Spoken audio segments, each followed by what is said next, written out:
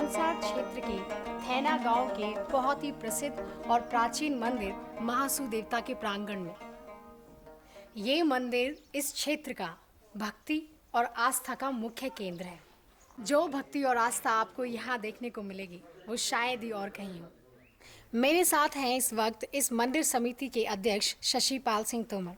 आइए जानते हैं उनसे इसके इतिहास के बारे में। आप इतिहास के बारे में कुछ बताइए। यहाँ का इतिहास जो है, गढ़ बैराट नामक एक स्थान है। वहाँ पे सामू शाह नामक एक राजा रहता था, जिसके आतंक से यहाँ के क्षेत्र की जनता बहुत दुखी थी। हनोल स्थित महासू देवता के मंदिर जाकर हमारे खत के लोगों ने वहाँ पे आराधना की कि महाराज जी इस अत्याचार के आतंक का सफाया करने के लिए हमको कोई समाधान चाहिए। तो वहाँ पे जब देवमाली अवतरित हुए तो उन्होंने बोला कि थैना नामक एक स्थान जहाँ पे है वहाँ पे आपके खत के लोगों के पशु वगैरह चुगने के लिए वहाँ पे आया करते हैं। तो उस जगह एक अद्भुत चमत्कार होगा कि यदि बकरी भाग को मार देगी तो समझ लेना कि मेरा अवतार वहाँ हो गया है। जरी जी, यहाँ की परंपराओं के बारे में थोड़ा सा और बताइए। सभी लोग यहाँ पे इस विश्वास और आस्था के साथ आते हैं कि यहाँ पे उनकी हर समस्या हल हो जाती है और जो भी यहाँ की मनौती कर लेते हैं उनकी आशाएं पूर्ण हो जाती है। ऐसा भी कहा जाता है कि अगर किसी की औलाद नहीं है, अगर वो यहाँ पे आकर अरदास लगाए तो उसकी मनोकामना पूरी हो जाती है। हाँ, ये बात पूरी तरह सत्य है कि जिन लोगों के पास बच्चे नहीं है या उनका वंश आगे नहीं बढ़ रहा है, लगभग 90% लोगों का जिन्होंने यहाँ से जो बीज ले गए हैं उनके संतान प्राप्त हुई है। तो कितनी दूर दूर से श्रद्धालु यहाँ पर अरदास लगाने के लिए आते हैं? यहाँ से करीबन 80-100 किलोमीटर के दायरे तक हमारा जौनसार क्षेत्र फैला हुआ है। तो जौनसार के सभी लोग यहाँ पे अपने वार्षिक जो महाराज का जागरा पर्व होता है, वर्ष भर में तो जागरे मेले के लिए आते हैं, लेकिन वैसे वे प्रत्येक महीने में जो है कोई ना कोई परिवार का सदस्य आता रहता है। काफ़ी समय हो गया है, आपके हिमाचल प्रदेश से, गढ़वाल से भी लोग यहाँ पे इस आस्था और विश्वास के साथ होते हैं और जो अपनी मन्नत मांगते हैं वो महाराज पूरी करते हैं।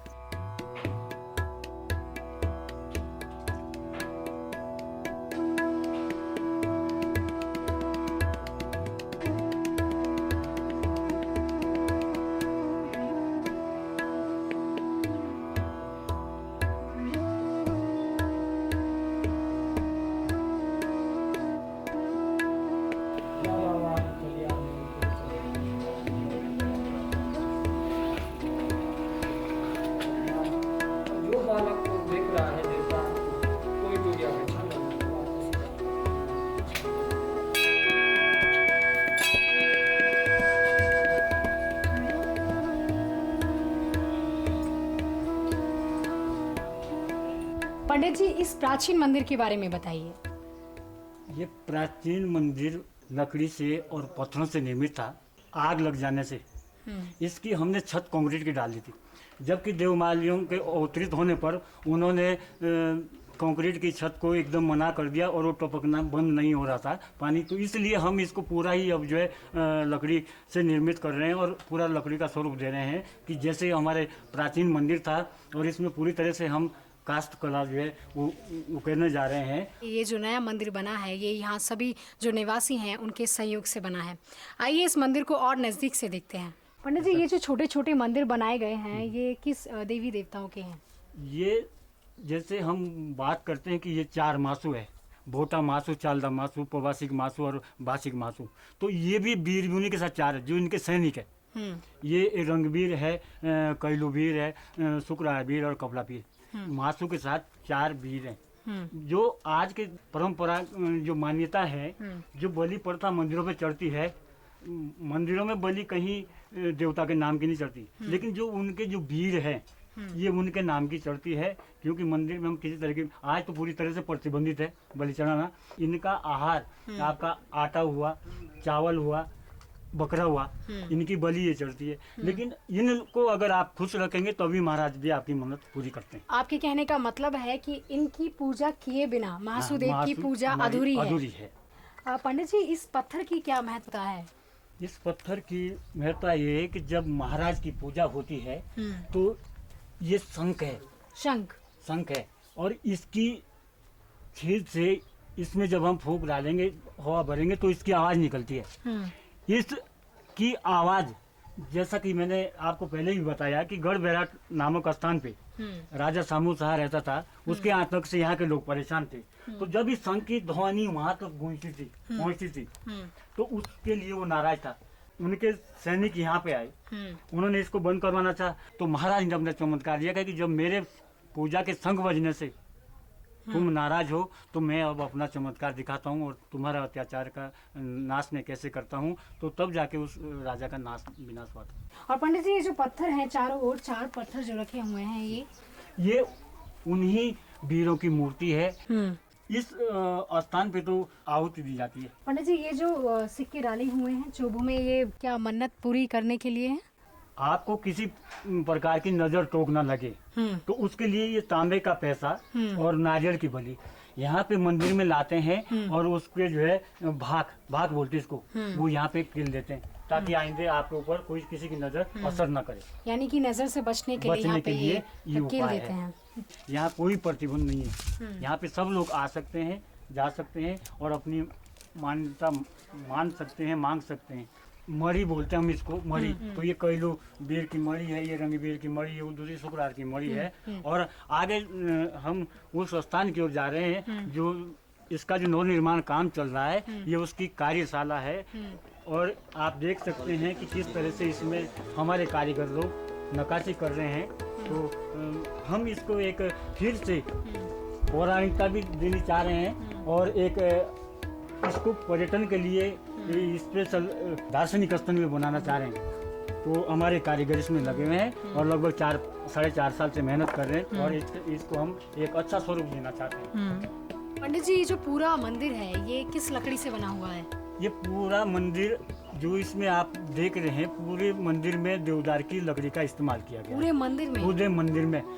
तो पंडित जी, ये देवदार की जो लकड़ी है ये कहाँ मिलती है? ये हमें यहाँ से करीबन 150 किलोमीटर दूर, क्योंकि हमें ये लकड़ी यहाँ के हकों के आधार पे मिलती है, माफी में मिलती है। हम लोगों ने जो अपने निजी निर्माण के लिए घर पे लाई हुई लकड़ी है, हमने प्रत्येक परिवार ने एक नग जो है महाराज को दे दिया है। और हम इस मंदिर को पूरी तरह से देवदार का ही बनाएंगे, ऐसा हमारा मानना है, ऐसा विचार है, ऐसी सोच है।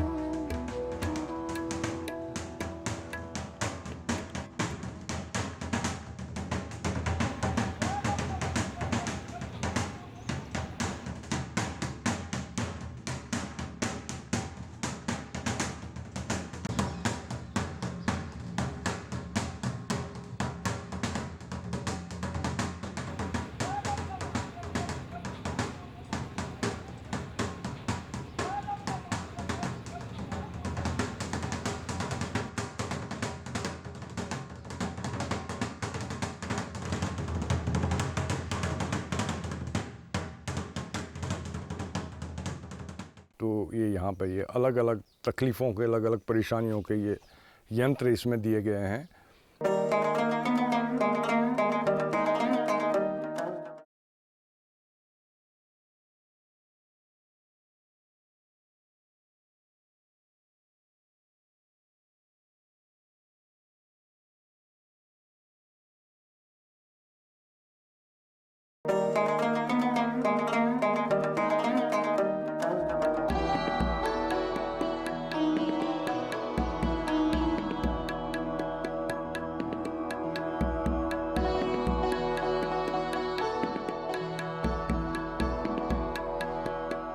इस वक्त हमारे साथ हैं इस क्षेत्र के जाने माने विद्वान श्री शंकर रथ उनियाल जी। आइए जानते हैं उनसे यहाँ के इतिहास, यहाँ की संस्कृति और यहाँ की परंपराओं के बारे में, और जानते हैं यहाँ की प्राचीन ज्योतिषी विद्या के बारे में। नमस्कार पंडित जी। नमस्कार। पंडित जी, यहाँ की संस्कृति के बारे में कुछ बताइए। यहाँ पे क्योंकि गांव में लोग रहते हैं, पहाड़ी क्षेत्र है, तो यहाँ का जो सामाजिक ढांचा है, यहाँ की जो मान्यताएं हैं, यहाँ के जो देवी देवता हैं वो, और यहाँ के जो हमारा वो कल्चर है वो बिल्कुल अलग सा है। सबसे बड़ी बात तो यह है कि हमारे यहाँ, हमारे गांव में जो है, अब सहकारिता तो सरकार ने तो अब चलाई है सामूहिक रूप से काम करने की, लेकिन हमारे यहाँ बहुत पहले से इस तरह का रिवाज है। और यहाँ पे जो भी कोई गांव में कभी झगड़े होते हैं, मसले होते हैं, तो सब आपस में तय किए जाते हैं। कभी कोई पुलिस की या कोई मुकदमे जैसी कोई बात नहीं हुआ करती है। और यहाँ के लोग बहुत ईमानदार हैं। यहाँ पे घरों पे ताले नहीं लगते हैं, और घरों पे ताले लगना तो यहाँ पे अपशगुन माना गया है। कभी कोई इस तरह के कोई क्राइम यहाँ नहीं होते हैं, और एक दूसरे के सहयोग करने की भावना लोगों में है, बहुत प्रबल भावना है। पंडित जी, पांडवों के बारे में बताइए। जैसे यहाँ पे पांडव नृत्य होता है, पांडवों को पूजा जाता है, हर गांव में पांडव का एक मंदिर स्थापित है। कि वैसे तो यहाँ के इष्ट देवता महासु देवता हैं, लेकिन महासु देवता का मंदिर तो आपको 15-15, 20-20, 25-25 गांव में सिर्फ एक जगह आपको मिलेगा। लेकिन जहाँ तक पांडवों का जो मंदिर है, छोटे छोटे मंदिर, वो प्रत्येक गांव में, जितने भी हमारे जौनसार बावर के जितने गांव हैं, हर गांव में मिलता है। इससे लगता है कि हम लोग असली उपासक जो हैं वो पांडवों के हैं। कहीं कहीं पे तो अब तो खैर समय के साथ तो ये लुप्त हो गया, लेकिन पांडवों का एक नृत्य हुआ करता था जिसमें पांडव अवतरित होते थे डोलियों के रूप में, और इस तरह उनका एक नृत्य, अलग सा नृत्य होता था। और हम लोग अपने को पांडवों का ही वंशज समझते हैं। द्वापर युग में यहाँ पे पांडव थे, और वहाँ पे गुप्तवास के समय राजा विराट के यहाँ इन्होंने शरण ली थी, और यहाँ से 10-15 किलोमीटर के फासले पे ये विराट खाई है, जहाँ पे अब भी उसके अवशेष, खंडर वगैरह अब भी दिखते हैं। तो इसी तरह हमारे यहाँ पहले पॉलीएंट्री सिस्टम था, पॉलीगैमी सिस्टम था। ये सब पांडवों की नकल करते हैं, क्योंकि हम लोग अपने को पांडव के ही वो मानते थे, वंशज मानते थे। पंडित जी, लाखा मंडल के बारे में बताइए। लाखा मंडल के बारे में किंवदंती ये है, लोगों का कहना ये है कि यहाँ पे कौरवों ने जब पांडवों को लाक्षागृह बना था, और लाक्षागृह से जो है इसका नाम लाखा मंडल पड़ा है। लेकिन कई लोग बताते हैं कि यहाँ पे खुदाई जब हुई तो यहाँ पे हजारों लाखों मूर्तियाँ मिली है, और अब भी मिलती है। वहाँ पे जब खुदाई करते हैं तो बड़ी प्राचीन मूर्तियाँ मिलती हैं। ज़्यादातर वहाँ पे शिवलिंग है। वैसे पांडवों के भी कुछ मिलते हैं वहाँ पे, लेकिन ज़्यादातर वहाँ शिवलिंग जो है मिले हैं। तो अब लाखा मंडल, मंडल का अर्थ मूर्तियों से भी लगाया जा सकता है कि लाखों मूर्तियाँ वहाँ पे मिली हैं। और कई लोगों का कहना यह है कि वहाँ पे लाक्षागृह बना था। वैसे कोई सटीक या लिखित कोई प्रमाण नहीं है, क्योंकि वैसे भी यहाँ का जो इतिहास है, 1803 में गोरखों के आक्रमण के समय जो है यहाँ का इतिहास करीब करीब नष्ट हो गया था। यहाँ पे अनेक प्रकार के आक्रमण हुए, मुगलों के हुए, गोरखों के हुए। तो उस समय यहाँ का इतिहास, जो यहाँ की पांडुलिपियाँ थी, यहाँ के ताम्रपत्र थे, वो ऐसा कोई लिखित कोई प्रमाण नहीं है। लेकिन लोगों को गीतों के आधार पर, पौराणिक गीतों के आधार पर ही इसका आकलन करते हैं। पंडित जी, यहाँ की ज्योतिष विद्या के बारे में आप हमें बताएं। हाँ, जहाँ तक ज्योतिष विद्या का सवाल है, यहाँ की ज्योतिष भी बिल्कुल पूरे देश से भिन्न थी। यहाँ की ज्योतिष, यहाँ तक कि यहाँ की जो लिपि थी वो भी एक अलग सी लिपि थी।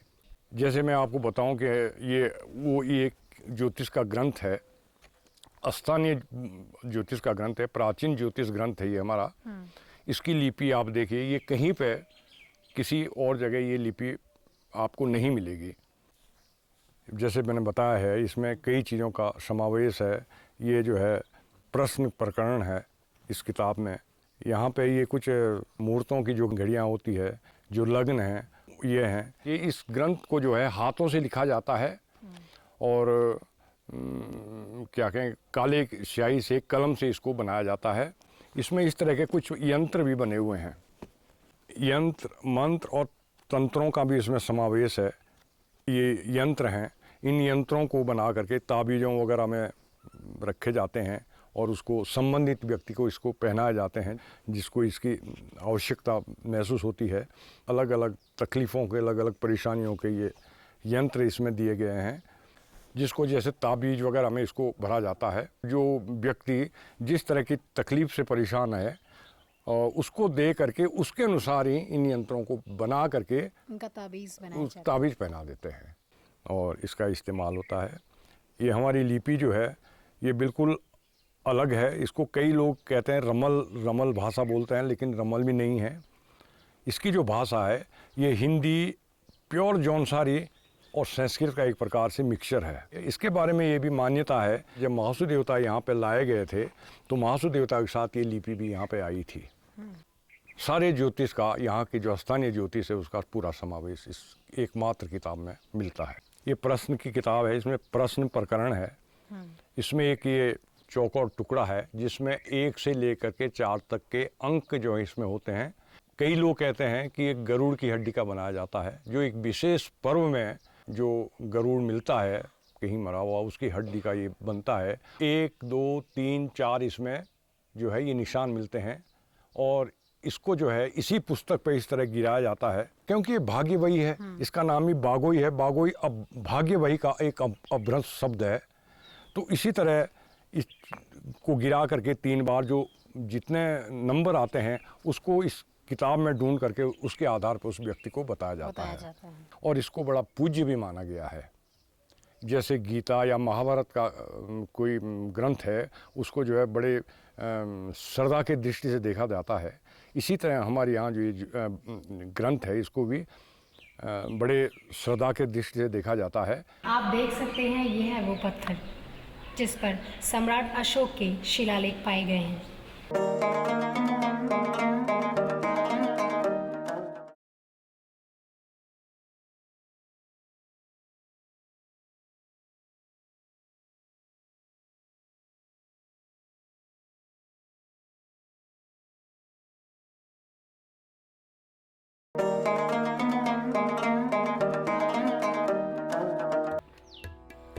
उत्तर भारत में एकमात्र कालसी में सम्राट अशोक के चतुर्दश के शिलालेख पाए जाते हैं। इसका यहाँ विशिष्ट महत्व है। ये शिलालेख सम्राट अशोक के आंतरिक प्रशासन के दृष्टिकोण को दर्शाता है। भेरी घोष के स्थान पर धर्म घोष द्वारा विजय उल्लेखनीय है।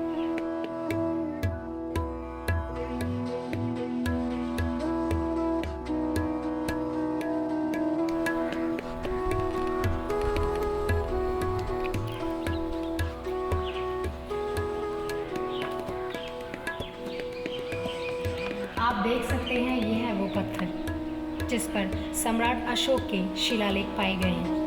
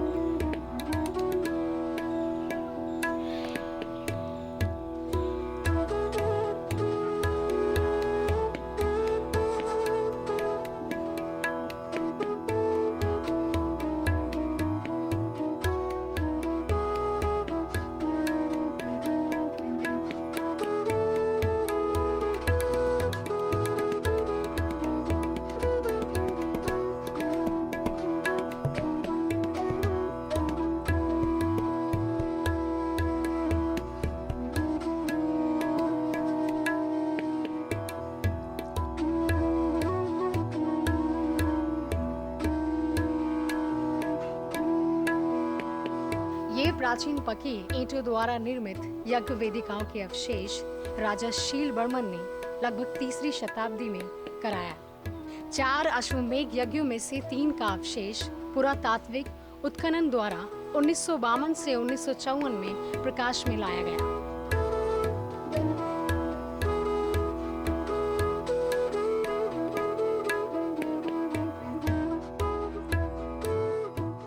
हजार साल पुरानी ये पक्की ईंटें हमें ये याद दिलाती हैं कि आज भी समय वहीं का वहीं दफन है। आज भी हमें उस गुजरे जमाने की याद दिलाती हैं।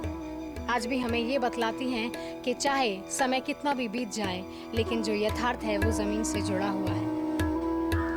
ऐसी मान्यता है कि महाभारत के बाद युधिष्ठिर जब चक्रवर्ती सम्राट हो गए तो उन्होंने यहाँ पर आकर अश्वमेध यज्ञ किया।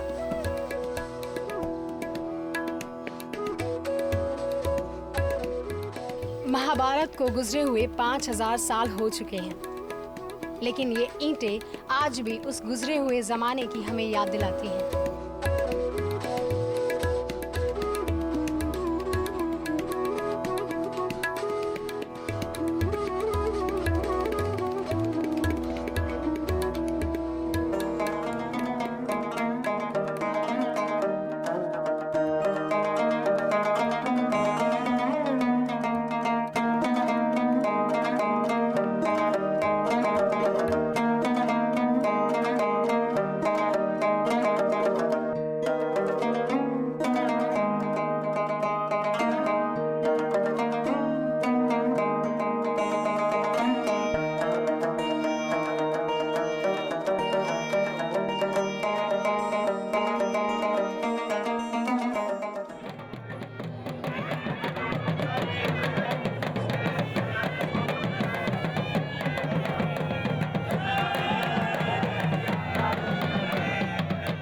नए नए लोग आते हैं, आपस में मिलते हैं, बहुत दूर दूर से लोग आते हैं, उनसे मिलन होता है। और तो कोई मौका मिलता नहीं है, लोग इतना बिजी हो गया आजकल की, मिलने का टाइम कहाँ मिलता है।